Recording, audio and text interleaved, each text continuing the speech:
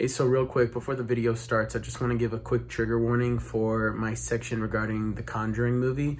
At some point, I'm going to show some sources that kind of explain sexual assault that happened, and with that, before the mention comes up, I'm going to show a place to skip to if you don't want to see that, and yeah, other than that, enjoy the review. What's up, y'all? It's me again. It's been a while since I've done one of these reviews. Basically, what I'm going to be doing with this video is going over some of the newer films from this year that I've seen, sort of giving you my opinion on it, and just, reviewing. Anyway, so the first movie I want to start off with is Black Widow. So I saw Black Widow twice in a day to sort of really gain an opinion on what I thought about it, and I basically felt the same with the same two viewings. Now, hear me out. Black Widow does everything that a Marvel fan wants them to do with the movie. This is my personal opinion, and I'm just going to tell you how I feel about the Marvel movies and just Marvel property in the past few years. I'm someone who kind of grew up with superhero movies, and I like superhero movies. I really enjoyed the Sam Raimi trilogy of Spider-Man films, and Spider-Man is my favorite superhero as a result of that. I like the Tom Holland films quite a bit. I like Homecoming, and I thought Far From Home was just okay. And I absolutely loved Into the Spider-Verse. I like Marvel movies for the most part. Some of my few favorites from the MCU are probably Captain America Civil War, Thor Ragnarok, Winter Soldier, and my top two favorites are definitely Guardians of the Galaxy 2 and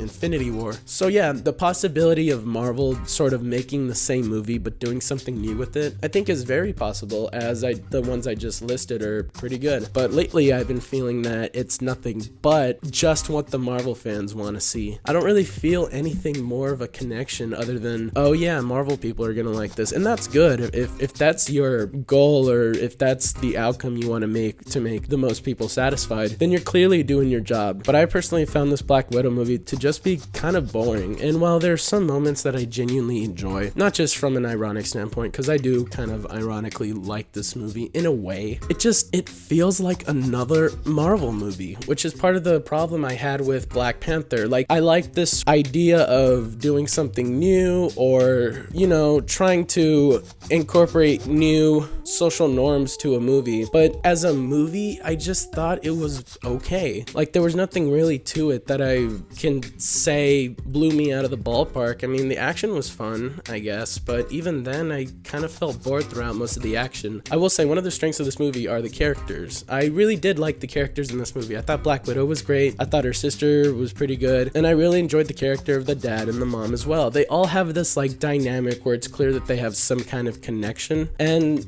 that's a lot more than what Captain Marvel did for me. I never really felt a connection between any characters or anything like that. So shout out to this movie for doing that right. I just wish there was more. And the Marvel fans are gonna love it. Marvel fans do love it. And yeah, and the after credit sequence is great.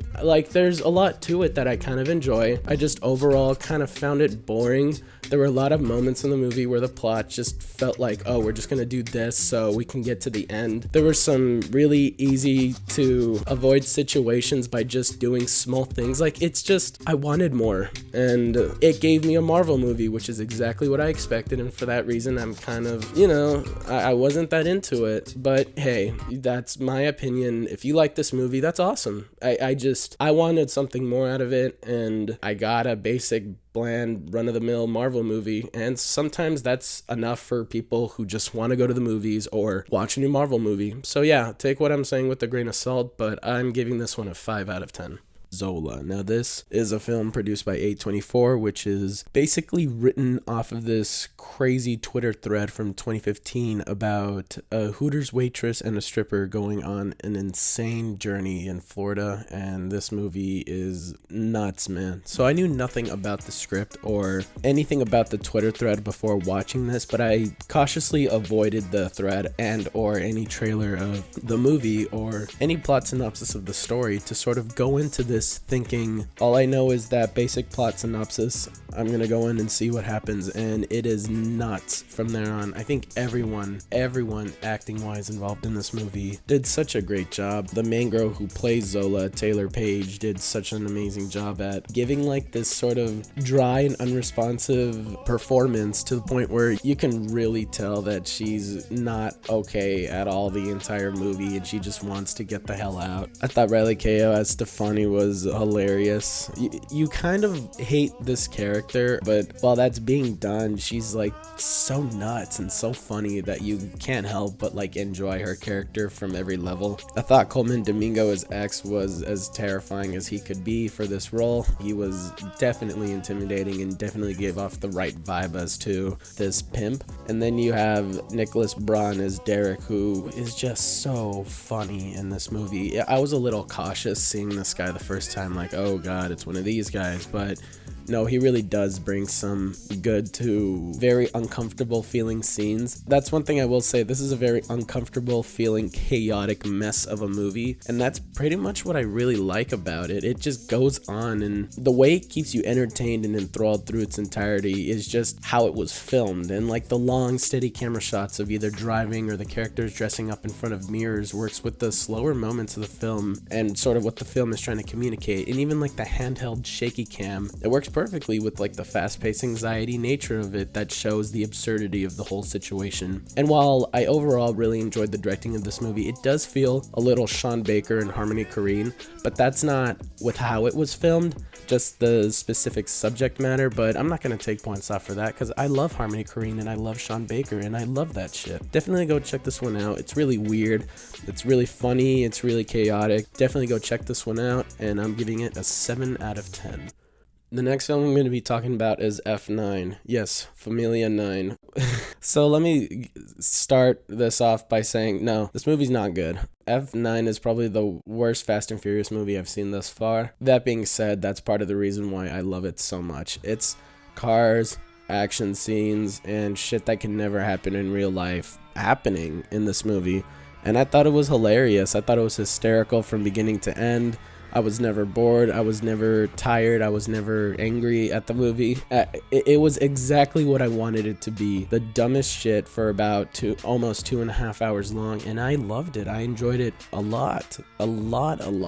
Really, I should be giving this movie like a 3 out of 10 and saying I enjoyed it, but dude, I enjoyed it so much. I'm gonna have to go ahead and give it a 6 out of 10. It's immature, it's predictable, it's copy and pasted, it's ridiculous, it's unrealistic, but really, it's everything I want it to be.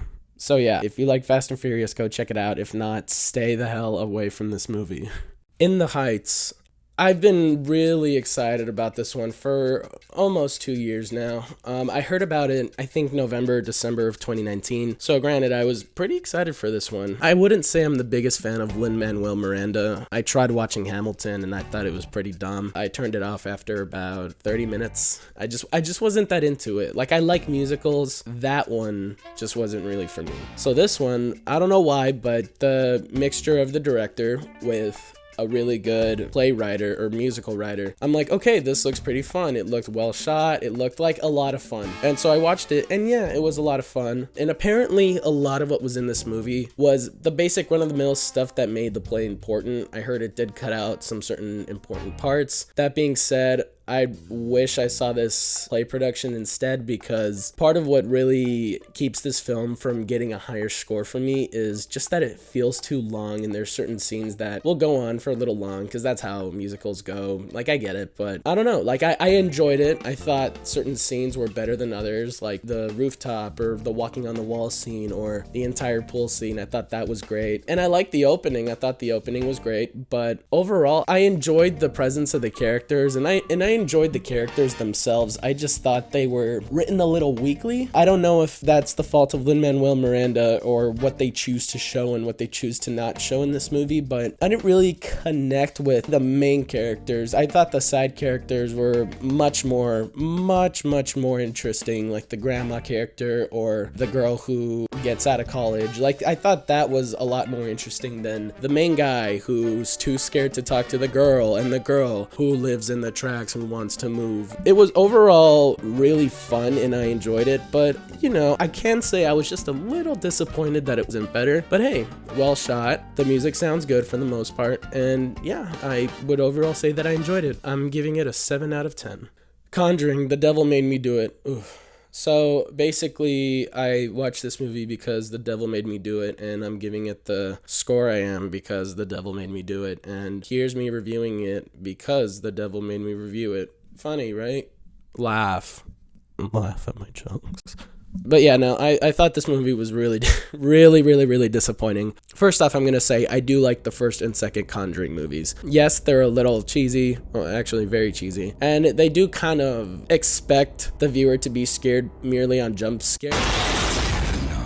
But I will say, for the overall nature of it, those films are pretty scary to me. I remember the first one being extremely intense when I first saw it. Definitely needs a rewatch from me, but I remember the intensity of the whole movie and just being enthralled with the story and the characters. Like, I really enjoyed the first Conjuring. The second one was awesome, and I really do like the second one a lot more than the first. It was one of my first horror movies watching in theaters, and the overall theater experience of the film was so much fun and so creepy, and I remember staying after for the Exorcist tapes and being like, oh my god, that is crazy, and just it left a really good impression on me. And I think I've rewatched it once since then and I still really like it. But with this one, not only did they switch directors from James Wan to some guy who made the Llorona movie, which I'm never gonna watch, but you can really tell that there's a difference between the first two and this one, as it's not only shot much differently and not as cinematic, it just feels cheap. Most of the jump scares don't really feel scary, they just feel like a cheap jab. To be honest, this film didn't scare me, and there's some people that are saying, yeah, it's not scary, but every jump scare that came along, I completely expected. I saw this in a theater, and even then, I was just 3,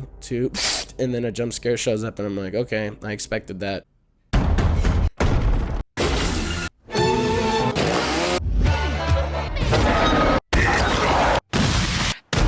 And yeah, I guess some of the jump scares were a little cool, but I really have nothing to say about this movie. I thought the weird love subplot with the main two, like, that's already been shown and fleshed out with the other two. I get it, they love each other. Stop showing this bullshit from the past. Plus, if they really wanted to make the history of their relationship realistic, they would mention the 15-year-old girl who lived with them that they had a love affair with. Yes, in many ways, this is way more creepy and disturbing than the actual fucking movie. Didn't really think about that, did you, Warner Brothers? Nope, you wanted to show the most advertiser-friendly and lovable couple that you can show while still making a scary movie. Oh man. You know, with time you realize people are shittier than they seem. It's kind of how I feel about this movie. Whatever, just a sidetrack, back to the review. And it just all felt very cheap. It didn't feel like a Conjuring movie. It felt like what should be a spin-off, like the shitty Nun movie or the shitty Annabelle movies. This didn't feel like a Conjuring movie. The Conjuring universe is interesting in the sense that the Conjuring movies are what you really go to the theaters for. You watch these, they're good films, they have good scares, and the other ones are sort of to like hold you over, like Annabelle Comes Home. Who the hell really cares about that? You go for a scary movie, or it's just a bunch of dumb teenagers going to watch it to get laid. And that's it. Like, that's really what it comes down to, is that this feels like a cheap horror movie, and I really wanted more from it. I didn't really think it was scary, and I think the peak was the first 15 minutes and everything else was just completely derivative of the other films. So yeah, I'm giving The Conjuring, The Devil Made Me Do It a 4 out of 10. Mainstream. I really liked this movie. I don't think it's amazing. In fact, it's not amazing. There's a lot about it that I shouldn't like, but the overall goal and what this movie gets accomplished is crazy to me. Now, I will say, apart from moments of unforgivable shitty editing. Okay, pause. Literally, the editing is on this kind of level. I did not edit this. This is how the movie is edited. I swear to God.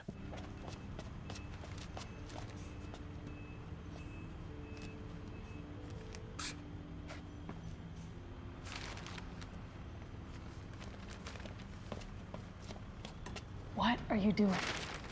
I'm trying to keep a low profile. They don't much like me here. All right, back to the review. Wait, where was I?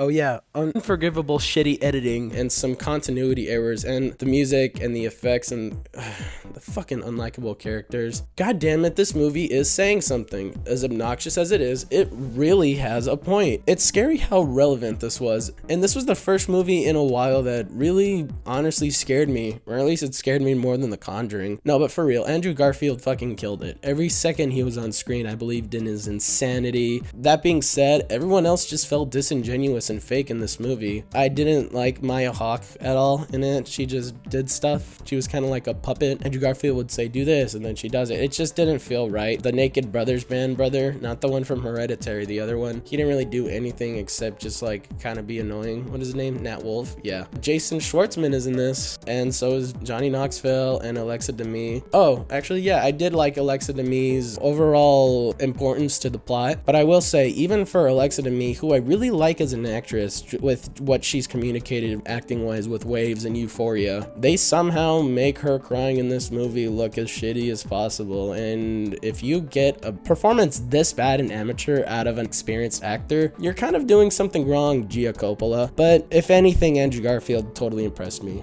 And I wouldn't really say that this is a great movie necessarily, and I can't even tell you if it's good or not, but it achieved what it wanted to do with me, and to me it was super effective in how it did so. The overall obnoxiousness of it felt intentional, and it really adds to the dreading topics of internet fame and greed that comes along with it. And it's one of the few films that I've seen where the obnoxiousness of the presentation adds to the dread of the subject matter that is being shown. You know what? I don't know, maybe I'm looking too much into it, but wow, what a trip. I'd totally recommend this one. Just see what you think about it. It shouldn't work on every technical level, but for me, it just did. For that reason, I'm giving it a 6 out of 10. Cruella, starring Emma Stone. I had a lot of fun with this movie. Another film that I won't say was necessarily good or great, but everything it wanted to do, I just liked. And here's the thing, it's a Disney movie. It very well knows it's a Disney movie. It's a formulaic Disney movie, be it that. But I still enjoyed it somehow. Besides some of the shitty directing and some god-awful CGI from the dogs, dude, I had a lot of fun with this movie. And that's exactly what I wanted it to be. And I thought Emma Thompson was great at the role that she was. She was kind of like a more evil Meryl Streep from Devil Wears Prada. I thought Emma Stone was super empathetic and really fit with the character of Cruella. I sort of thought it was a little interesting that they decided to show like an origin story at the beginning. That was kind of dumb, but everything else was fun. I thought the two henchmen, while not really being the best actors, except this guy, those two hooligans basically get the job done acting-wise. They're not great, but they're hooligans, so whatever. And yeah, I like how they somehow made this fucking dog killer turn into some kind of empathetic, lovable character, which I know is kind of like, oh, they're doing a Joker. But so what, man? I really enjoyed this movie. It's a little long, I will say, and the way things conclude at the end is kind of dumb, but it knows it's dumb, I think, and that's part of the reason why I enjoyed it so much. It's not telling you, oh, this is a serious movie, take this seriously. It has serious subject matter, but for the most part, I think it knows what it is, and with that, it tries to be as ridiculous and as fun as possible. And it was super effective because I enjoyed a Disney live action remake, which never happens. But yeah, definitely giving Cruella a 6 out of 10, and I liked it quite a bit. And then finally, Palmer, this Justin Timberlake movie that I did not at all want to watch until my dad was like, yo, let's watch that Palmer movie. And I'm like, I have Apple TV Plus. I don't want to, but let's do it. And wow, I really like this movie. Basically, the plot is Justin Timberlake is released from prison for a while, and the first place he goes to is this small town with his mother, who is basically raising this little feminine boy. And yeah, it comes with all your stereotypes of movies like this where the kids are picking on him for acting gay and playing with Barbies, and Justin Timberlake will talk to him and be like, you know, that's not normal, why don't you play with boy toys? And yeah, it has all that cheesiness, but it's so cute, dude. The kid is so adorable in this movie. Really, the kid's acting was so good. Like, not only did he perfectly portray this character in a way that felt charming and genuine, but he was just cute. He was like a cute representation of kids like this, and you really did want to, not only do you want to root for a kid like this anyways, he's just so positive and so joyful and like really brings such joy to such sad situations that are happening in the movie. This is a pretty sad movie with some crazy subject matter, but this kid really holds it all in this film. He is the breakout star in this movie. I really do hope that this kid does more movies because he just did such a great job with this. I really do love the overall presentation of this movie. And yeah, it does get a little like crazy at the end, and it takes a while for the movie to really get going. But this was such a cute movie. And if you have Apple TV Plus, I would highly recommend you all go check it out, as it is definitely a returning role for Justin Timberlake. I don't know if he's going to continue acting after this, but he did pretty well in this movie. But the breakout star is definitely the child, as he was perfectly believable in everything he did and said, and he was just adorable in the movie. And yeah, for that reason, I'm giving Palmer a very high 7 out of 10. That was it. That was my video. I hope you all enjoyed it. It's been a while since I've reviewed something. I know I say that at the end of every one of these. Expect more projects. Honestly, at this point, I really don't have any projects that I'm planning on doing. I'm just going to continue doing whatever comes to my mind. So yeah, expect some stuff to happen. But again, I can't promise you what's going to happen. I've released my Can't Sleep Chronicles on my Philopsio channel, and that's mainly what I've been working on these past few months, to really make that sound as good as possible and make it as quality as possible while doing so. So yeah, thank you for watching this video. Those were my views on those films. Go check them out, or don't, depending on what I said. And yeah, don't let my opinion on Black Widow piss you off, because again, it's exactly what people want it to be, and for that I should like it, but I just don't, you know? And I think I defended my reasoning why I don't pretty well. Why did I add that? I didn't need to say any of that. Whatever, the video's over. Go home. Or if you're home, watch another video. I don't know.